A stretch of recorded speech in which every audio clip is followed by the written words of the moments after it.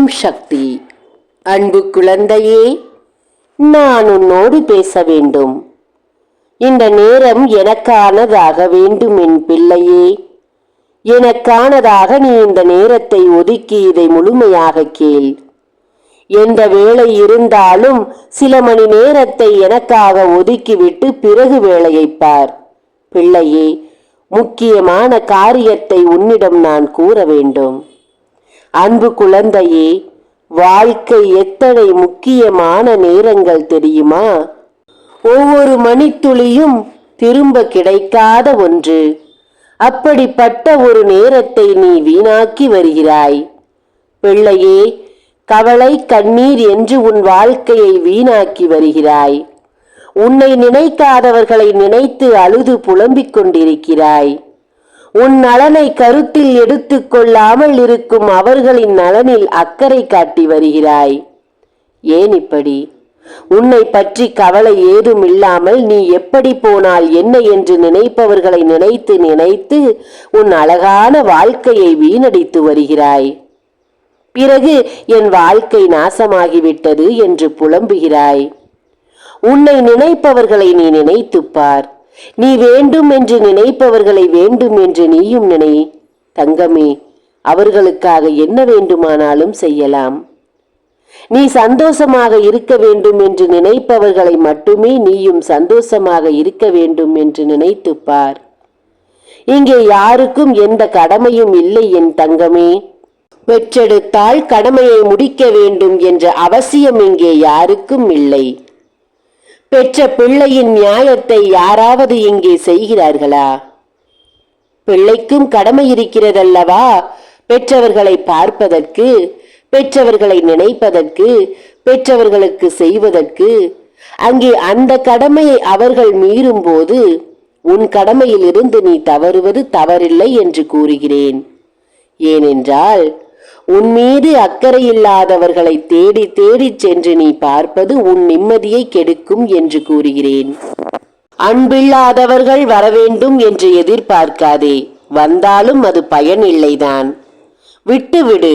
உன் வாழ்க்கையை இங்கே சந்தோஷமாக எப்படி கடந்து வர வேண்டும் என்பதை மட்டுமே நினைவில் கொள். யாரும் யாருடனும் இந்த உலகத்திற்கு வரவும் இல்லை.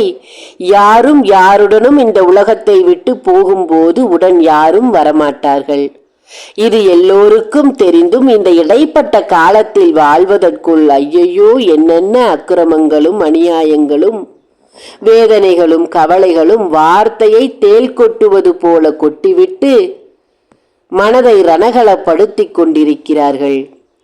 வாழ்க்கை நிலையல்ல என்று தெரிந்த போதே இப்படி ஆட்டம் ஆடினால் இந்த வாழ்க்கை நிலையானது சாவு என்பது யாருக்குமே இல்லை என்று வந்துவிட்டால் இந்த உலகம் எப்படி இருக்கும் என்பதை மட்டும் யோசித்துப்பார். தங்கமே, இறப்பு என்பது தானாக யாருக்கும் வரும். பிறப்பு என்பதே இறப்பை நோக்கித்தான் சென்று கொண்டிருக்கிறார்கள் என்று தெரிந்தும் இங்கு எத்தனை பேர் யார் உயிரை எடுத்து கொண்டிருக்கிறார்கள். யார் உயிரும் போகாது என்ற நிலைக்கு தள்ளப்பட்டால் இந்த வாழ்க்கை என்னாகும் என்பதையும் பார். இப்படிப்பட்ட உலகத்தில் நீ எப்படி வாழ வேண்டும்? யார் பிரச்சனைக்கும் போகாதே. உன் பிரச்சனைக்கும் யாரையும் அழைக்காதே. உன் வாழ்க்கை உன்னுடைய கையில் இருக்கிறது என்பதை புரிந்து கொள். உன் எதிரி இருக்கத்தான் செய்கிறான். அவனும் பல தொல்லைகளை உனக்கு கொடுக்கத்தான் செய்கிறான். அதையும் நான் பார்த்து கொண்டுதான் இருக்கிறேன். உன்னுடைய கர்மா உன்னை விட்டு போக வேண்டும்.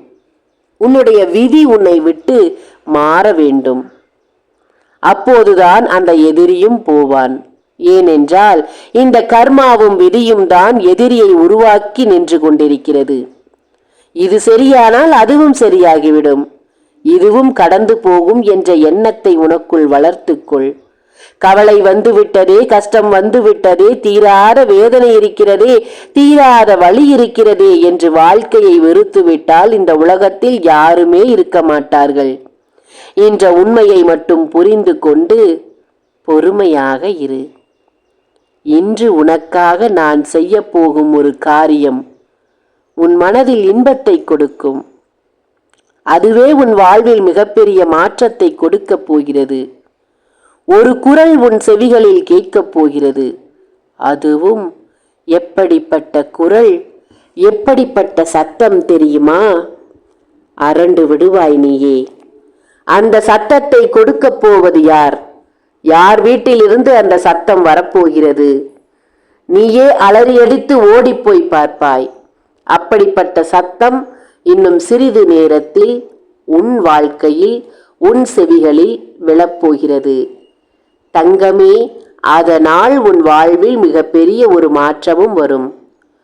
ஒருவர் அழிந்தால்தான் ஒருவர் வாழ முடியும் என்று இவர்களே நினைக்கும் போது, கெட்டவர்களை அழித்து நல்லவர்களை வாழ வைப்பது தவறில்லையே. நான் நினைப்பது இன்று நடந்தே தீர வேண்டும். தடையை கொடுக்காதே. உன்னால் முடிந்த காணிக்கையை இப்போது எனக்கு நீ அனுப்ப வேண்டும். உன்னால் என்ன முடியும் என்பதும் தெரிந்துதான் கேட்கிறேன். உன் கையில் இருப்பதை எனக்கு காணிக்கையாக அனுப்பு.